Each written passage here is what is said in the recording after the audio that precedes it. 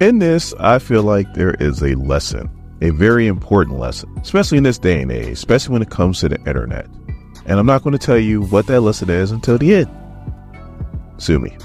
My name is Dorian. This is SEM Comics. We are continue our coverage of Immortal Thor with number 6. So the story starts off, it looks like somebody's reading a comic book, but really they're reading what's happening in this story. So we'll talk later about that at the end of the video. I don't know why I keep bringing up the end of the video, like you guys just can't just go straight to the end of the video. But it looks like it's a campfire, and the campfire is made by Loki, who is talking to Thor. So in a nutshell, Thor got some news dropped on him on the last issue, which if you guys are kind of lost, don't worry, a playlist will be in the description like it always is. But pretty much he found out that Tyrannos was sent by Gaia, who is Thor's mother, and he wants to find out why. But before he confronts her, he wants to make sure that all of his ducks are on the road, because he's been to Asgard before, but it's been thousands upon thousands of years, and he wants to make sure that he's remembering things correctly, because, you know, that long ago, even though you're immortal, you might not remember things the way they should be. And he's come to Loki because Loki can use his magic, so he can see exactly what happened. So then Loki goes, well, if I do this, you got to realize that I'm going to be your enemy. Thor's looking at him like, look, dude, we already been through this once in this series. Like, could you just get on with the magic, please? So Loki's like, fine. The magic words. Once upon a time. So Loki and Thor are at the edge of Asgard, and there's this bridge, and they can't see what's on the other side. Loki does not want to go. Thor is a different Thor. This is before he became king of Asgard. This is before he got Mjolnir. Thor was an asshole. And he was bullying Loki, pretty much telling him, no, hey, we're going over there, even though Loki really didn't want to go. So now, as today's story is being reminded, he's like, yeah, that was kind of wrong of me to treat you that way.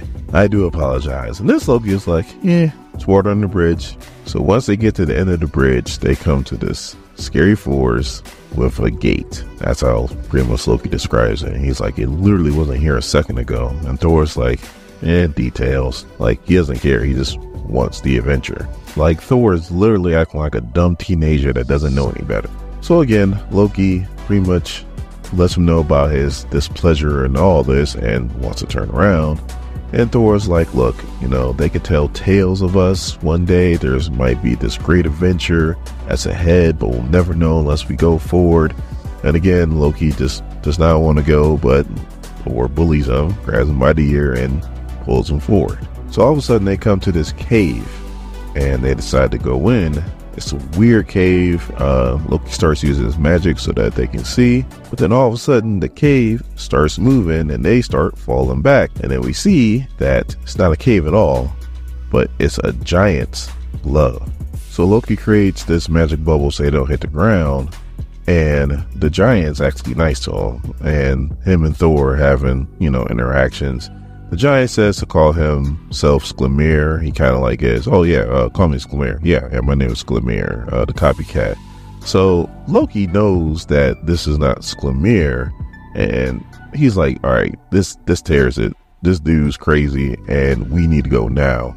But then the giant's like, man, I can share my feast with you. And Loki's like starving. He's like, oh, wait a minute, time out. Maybe we can stay for a little bit and eat. So the giant sets the bag down. He is like, take what you want out of here. You guys are so small, I'm not gonna miss whatever you eat. And while you do that, I'm gonna take a nap.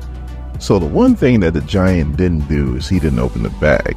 He just put the bag down and said, take what you want. He goes to sleep. Loki's using his magic. Thor's using his axe, and he's trying to pull it open. He can't do it. And this pisses Thor off to no end.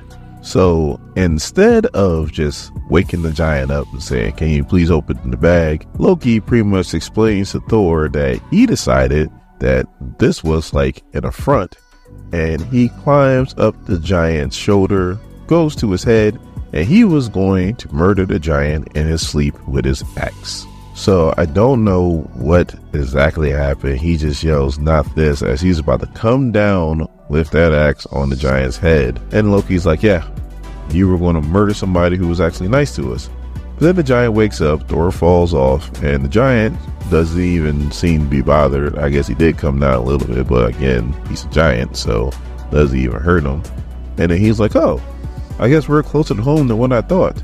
Behold, Ugar Hall.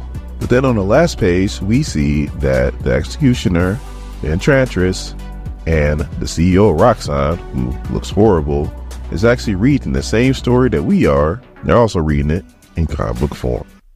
So now that we're at the end of the video, I want to ask this fundamental question.